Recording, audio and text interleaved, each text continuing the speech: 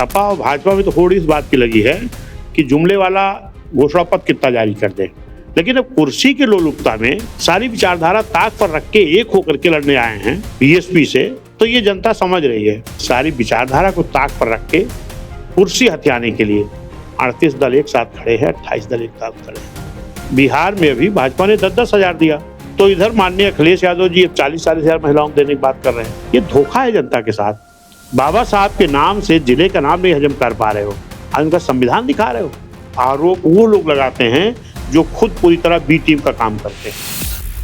Mission 2027 की तैयारियों में जहां सभी दल जुटे हुए हैं, वहीं भारतीय जनता पार्टी, समाजवादी पार्टी के इतर बीएसपी गांव-गांव लोगों के बीच कैडर को एक बार फिर से खड़ा कर रही है और तैयारी है 2027 के समर के लिए। बातचीत करेंगे। बीएसपी के उत्तर प्रदेश प्रदेश अध्यक्ष विश्वनाथ पाल जी हमारे साथ मौजूद हैं।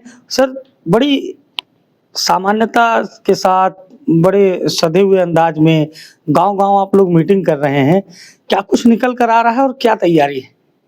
निश्चित है कि बहुजन समाज पार्टी के राष्ट्रीय अध्यक्ष हमारे नेता माननीय बहन जी की जो रणनीति है, जो प्लानिंग है, जो बहन जी की गाइडलाइन रहती है, उसी हिसाब से हम लोग काम करते हैं।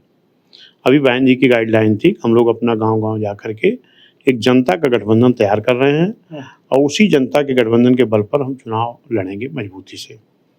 उसमें हमारे बहन जी की गाइडलाइन में पिछड़ा भाईचारा बना है, मुस्लिम समाज का भाईचारा बना है, हमारे बीएसपी के लोग हैं, बहुजन वॉलंटियर फोर्स के लोग हैं, जो भी संगठन हमारे हैं। हमारे यहाँ उस तरह तो तब बाकी विंग नहीं है काफ़ी, लेकिन जो हैं वो सब लग करके मजबूती से काम कर रहे हैं और निश्चित है कि अपने कार्यकर्ताओं के बल पर 2007 के पैटर्न पर चल करके फिर हम लोग 27 सरकार बनाने का काम करेंगे। कैसे बनाएंगे सर? एक और पीडीए गठबंधन है, दूसरी ओर एनडीए गठबंधन है, इस बीच आप बसपा को कहाँ देखते हैं? आप एक चीज बताओ, आप कमजोर जो होता है उसको दलों की जरूरत पड़ती है। अगर ये लोग भी अपने आप में सक्षम हैं तो 38 दल 28 दल इकट्ठा ना करें। दल अलग अलग क्यों बनते हैं?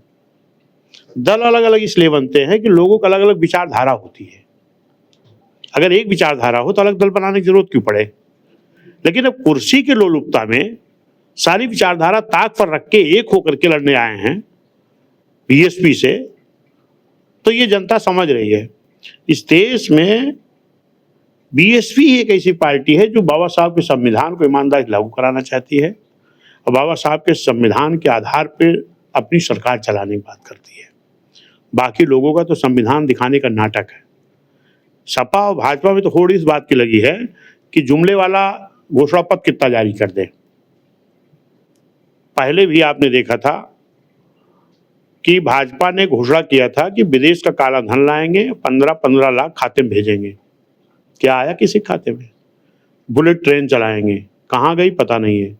2 करोड़ प्रतिवर्ष नौकरी देंगे, नौकरी का तो पता नहीं, एनजीओ की नौकरी अलग से पकड़ा दिया हमारे नौजवानों को। बिहार में अभी भाजपा ने 10-10 हजार दिया,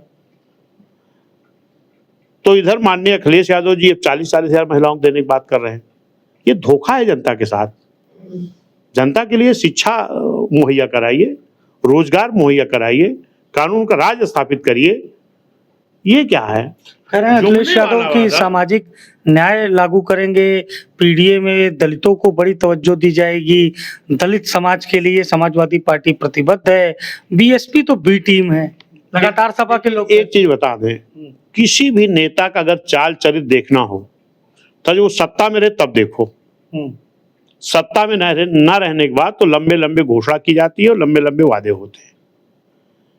माननीय अखिलेश यादव जी, जो आपने कहा कि दलितों की और पिछड़ों की बात कर रहे हैं, इसी समाजवादी गवर्नमेंट में जब माननीय अखिलेश यादव जी थे तो माननीय बहन जी की सरकार उसके पहले थी 7 से 12। अब 12 के बाद माननीय अखिलेश यादव जी आए हैं। बहन जी अपनी सरकार में ब्राह्मण, क्षत्रिय, वैश्य, पिछड़ा, मुस्लिम, एससी, एसटी के नौजवानों की खूब भर्ती निकाली थी। पुलिस की, मास्टर की, आंगनबाड़ी की, गार्ड की, कार्यकर्त्री की। लेकिन उसके बाद बहन जी ने जांच कराया था जिलाधिकारियों द्वारा कि बाबा साहब के आरक्षण वाली नौकरी कितनी खाली है। तो आरक्षण एससी, एसटी, ओबीसी को मिलता है, तो उसमें पता लगी कई लाख खाली है। तो बहन जी ने एक भर्ती निकाला था, आपको मालूम होगा, बैकलॉग भर्ती। बैकलॉग भर्ती में किसकी भर्ती हो रही थी? SC ST OBC की, और ये भर्ती रोक कौन लगाया? माननीय अखिलेश यादव जी। अगर ये SC ST OBC की विकास चाहते तो SC ST OBC की बैकलॉग भर्ती रोक नहीं लगाते, किसी हिस्से की भर्ती नहीं थी, ये आरक्षण की थी। तो अगर ये इनका विकास चाहते तो भर्ती रोक नहीं लगाते। बहन जी ने अपनी सरकार में SC ST को ठेकेदारी का आरक्षण दिया था। अगर अखिलेश यादव जी SC ST विकास चाहते उनकी ठेकेदारी का आरक्षण नहीं छीनते। बहन जी ने अपनी गवर्नमेंट में अधिकारियों को प्रमोट किया था, बाबू से बड़े बाबू, DYSP से SP, तहसीलदार से SDM। माननीय अखिलेश यादव जी ने उनका डिमोशन करके उनको बैक करने का काम किया। अगर ये SC ST का विकास चाहते तो इसको नहीं करते। प्रमोशन का आरक्षण का बिल लोकसभा के अंदर समाजवादी के लोग नहीं फड़वाते। तो करनी और कथनी में फर्क है। इसलिए Bahujan Samaj, SC ST OBC, मुस्लिम समझता है इस बात को कि अगर आपने जब गवर्नमेंट में रहे तो हमारी योजनाओं को छीना है। इतने नहीं, प्रदेश के विकास के लिए बहन जी ने जो बड़े बड़े जिले थे उनका छोटा जिला बनाया था। उनका नाम किसके नाम रखा था? बहुजन में जन्मे महापुरुषों के नाम से। छत्रपति साहू जी महाराज के नाम से जिला बना था, जो सुल्तानपुर से अलग जिला बना। छत्रपति साहू जी महाराज कौन थे? पिछड़े समाज के, कुर्मी समाज जन्मे आरक्षण के जनक। अगर उनके नाम जिला बना तो उस जिले को मिटा, उनका अपमान किसने किया? एक पिछड़े समाज के मुख्यमंत्री माननीय अखिलेश यादव जी ने। कांशीराम साहब की जयंती मना रहे हैं और उधर माननीय कांशीराम साहब के नाम से एटा से अलग करके बहन जी ने जिला बनाया था अलीगढ़ मंडल में, कासगंज, जो आज इन्होंने कर दिया, उसका नाम बहन जी ने रखा था माननीय कांशीराम साहब नगर। बताओ, तुम माननीय कांशीराम साहब के नाम से जिले का नाम नहीं हजम कर पा रहे हो और दिखा रहे हो जयंती मना रहे हैं। भीमनगर, बाबा साहब के नाम, बाबा साहब के नाम से जिले का नाम नहीं हजम कर पा रहे हो, आज उनका संविधान दिखा रहे हो। ये जनता समझती है। इसके बावजूद आपने इतनी बातें कही, आपने सारे उदाहरण दिए, लेकिन बार बार ये कहा जाता है कि बसपा बीजेपी के प्रति नरम है और बीजेपी की बी टीम है। नहीं, नरम हम हैं। कहाँ पे नरम है? बताओ हमको एक आध दो पॉइंट। हम तो बता सकते हैं कि माननीय मुलायम सिंह यादव जी ने खुद लोकसभा के आखिरी सत्र में सदन के अंदर कहा था कि माननीय मोदी को दोबारा आना चाहिए, हमारा आशीर्वाद है। क्या बहन जी ने भी ऐसा कभी बोला? मंच पर जब शपथ ले रहे थे तो बाप बेटे दोनों गए। माननीय मुलायम सिंह मोदी के कान में कहते, बेटा हुआ ख्याल रखिएगा। हमारी भी कहीं दिखा दो, बहन जी गए हो किसी चौखट पे कभी? अगर हमारी सरकार भी बनी है तो बीजेपी के समर्थन बीजेपी ने दिया था, हमने बनाया था, कभी हमने समर्थन देके नहीं बनाया उनको अभी तक। तो ये आरोप वो लोग लगाते हैं जो खुद पूरी तरह बी टीम का काम करते हैं। आखिरी सवाल है, एकमात्र विधायक है आपका, विधान परिषद में कोई आपकी प्रतिनिधित्व नहीं है, राज्यसभा लोकसभा में नहीं? मुझे मालूम है और इसकी तैयारी इसीलिए की जा रही है। राजनीति में उतार चढ़ाव आता, हमने देखा था भारतीय जनता पार्टी की भी हैसियत। जब हम 7 से 12 गवर्नमेंट में थे तो 12 के चुनाव में 90% सीटों पर भाजपा को दहाई नहीं क्रॉस हुआ था वोट। 13 छोड़ के 14 दिल्ली में बैठ गई पूर्ण बहुमत से भाजपा। ये भी आपने देखा है, इसको सर्च कर लीजिएगा। क्या कुछ इस तरह का रिफॉर्म बसपा भी कर सकती? नहीं, BSP क्या करेगी वो समय बताएगा आपको।